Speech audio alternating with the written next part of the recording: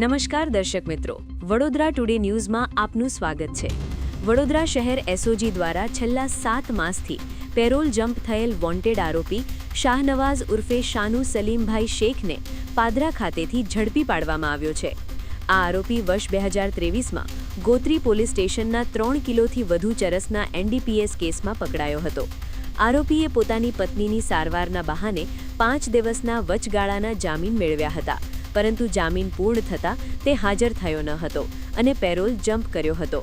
દરમિયાન નામદાર special NDPS કોર્ટે આ કેસનો ફેસલો સંભળાવતા આરોપીને 14 વર્ષની સખત કેદની સજા અને ₹2 લાખના દંડનો હુકમ કર્યો હતો।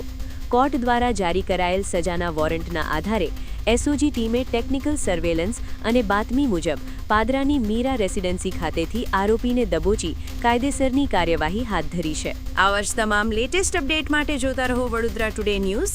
નવું વર્ષ એટલે કે વિક્રમ સંવત 2082ના શરૂઆતથી વડોદરા ટુડે ન્યૂઝ ચેનલના ગુજરાત રાજ્યના તમામ શહેરના તાલુકા જિલ્લાના દર્શક મિત્રોને ખાસ વિનંતી કે અમારા વડોદરા ટુડે ન્યૂઝના તમામ સમાચાર જોવા માટે હવે અમારા ફેસબુક, યુટ્યુબ, ઇન્સ્ટાગ્રામના પેજને લાઇક કરો, શેર કરો, સબસ્ક્રાઇબ કરો અને કોઈપણ સમાચાર અને જાહેરાત અને તમારા વિસ્તારમાં કોઈપણ જાતની ગેરકાયદેસર પ્રવૃત્તિઓ ચાલતી હોય અને ભ્રષ્ટાચારની પોલ ખોલવી હોય તો અમારા વોટ્સએપ નંબર 9687328624 અથવા તો 9687906224 પર સંપર્ક કરવા વિનંતી।